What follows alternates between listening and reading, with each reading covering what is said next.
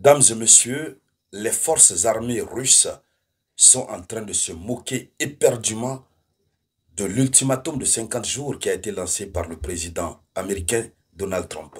Ils se moquent de lui sur le terrain. Ils se moquent. Et c'est la seule manière pour la Russie de répondre à, à ce fameux ultimatum que Trump a eu à lancer.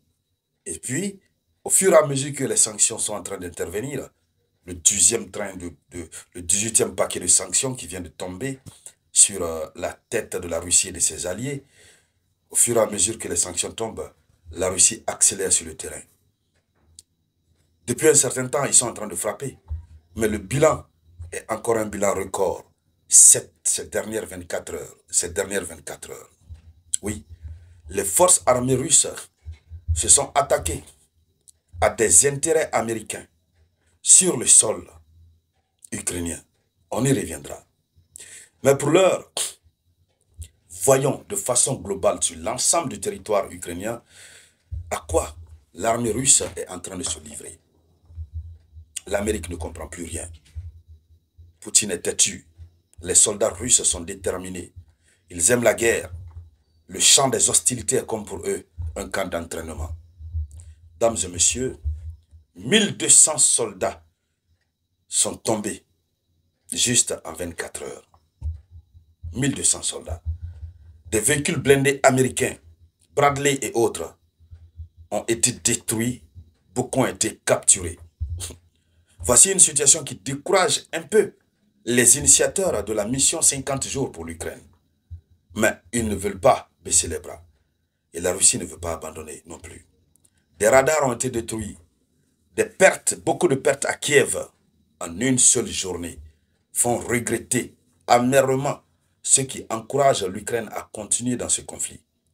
Et ça remet d'ailleurs en cause leur objectif principal qui consiste à mettre l'Ukraine dans une position de force. Ils ont dit qu'ils veulent mettre l'Ukraine dans une position de force sur le champ des hostilités avant d'aller à la table de négociation.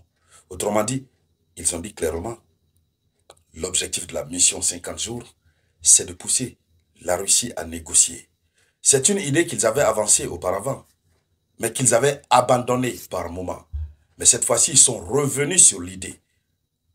Mais le résultat auquel Vladimir Poutine est en train de leur faire confronter, ça met des doutes, ça sème des doutes à la fois sceptiques et cartésiens dans leur matière grise. Allons-y dans les profondeurs, voyons le niveau de perte et le niveau de dégâts juste en une seule journée. Oui, allons-y dans les profondeurs.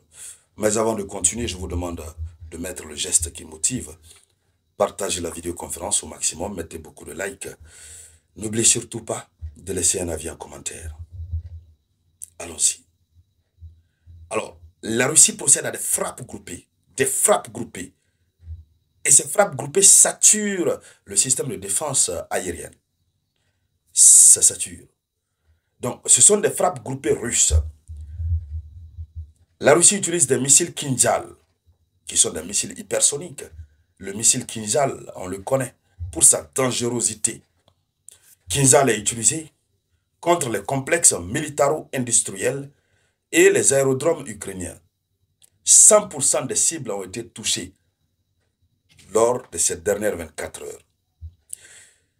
Et vous savez, je le reprends, je reprends pour toutes les nouvelles personnes sur la page, l'ensemble du territoire ukrainien est occupé par des unités d'élite de combat russes qu'on appelle des groupements. Et dans le cadre du bilan, le ministère russe de la Défense produit les bilans en fonction des zones, des groupements qui sont placés dans divers points cardinaux de l'espace territorial ukrainien. Nous avons le groupement du Nord qui a détruit 4 brigades, 2 régiments. À ce niveau, 190 soldats ukrainiens ont été neutralisés. Lorsqu'on dit neutralisés, c'est le mot doux pour éviter... Voilà. Ils ont été neutralisés. Donc, envoyés au repos éternel. Un véhicule blindé a été détruit. 4 pièces d'artillerie pulvérisées. Envoyées au repos éternel. Ça, c'est au nord. Alors, prenons le sud. Ils ont aussi attaqué, les forces russes ont attaqué 5 brigades. 140 soldats ont été envoyés au repos éternel. 3 véhicules blindés, dont un M113 américain et 2 canons ont été détruits. Ça, c'est au sud. Comme si tout cela ne suffisait pas. Allons-y à l'est. À l'est, 4 brigades des unités ukrainiennes ont été attaquées. Le bilan de l'attaque, 215 soldats ont été envoyés au repos éternel. Nous parlons des êtres humains. Nous parlons de la guerre. La guerre n'est pas une bonne chose. C'est pourquoi nous disons qu'il faudrait que le conflit s'arrête. Mais en une seule journée, dans l'est de l'Ukraine, les Ukrainiens perdent 215 soldats.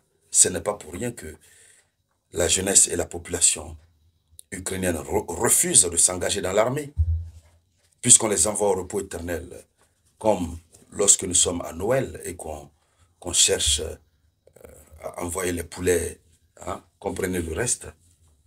Alors, 2 véhicules blindés ont été détruits, et ces véhicules blindés coûtent extrêmement cher. 2 canons ont été détruits et 2 dépôts de munitions détruits. 2 dépôts de munitions, pendant que l'Ukraine demande des munitions.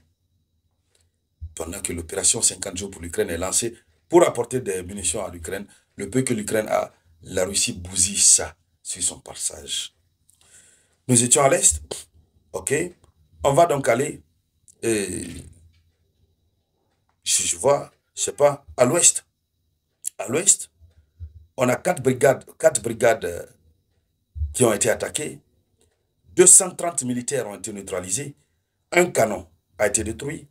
6 dépôts de munitions, Maranatha, 6 dépôts de munitions ont été détruits. 4 stations de guerre électronique ont été détruites. Ça détruit tout sur son passage.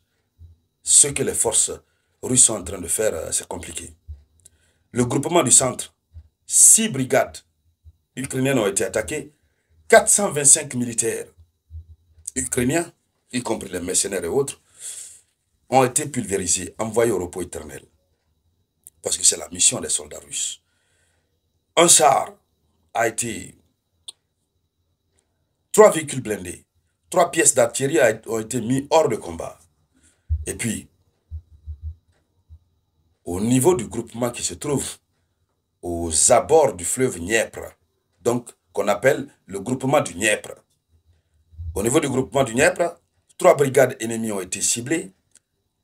Là, à ce niveau, l'Ukraine a perdu 60 soldats, mais 7 véhicules blindés, 3 canons, 6 stations de guerre électronique.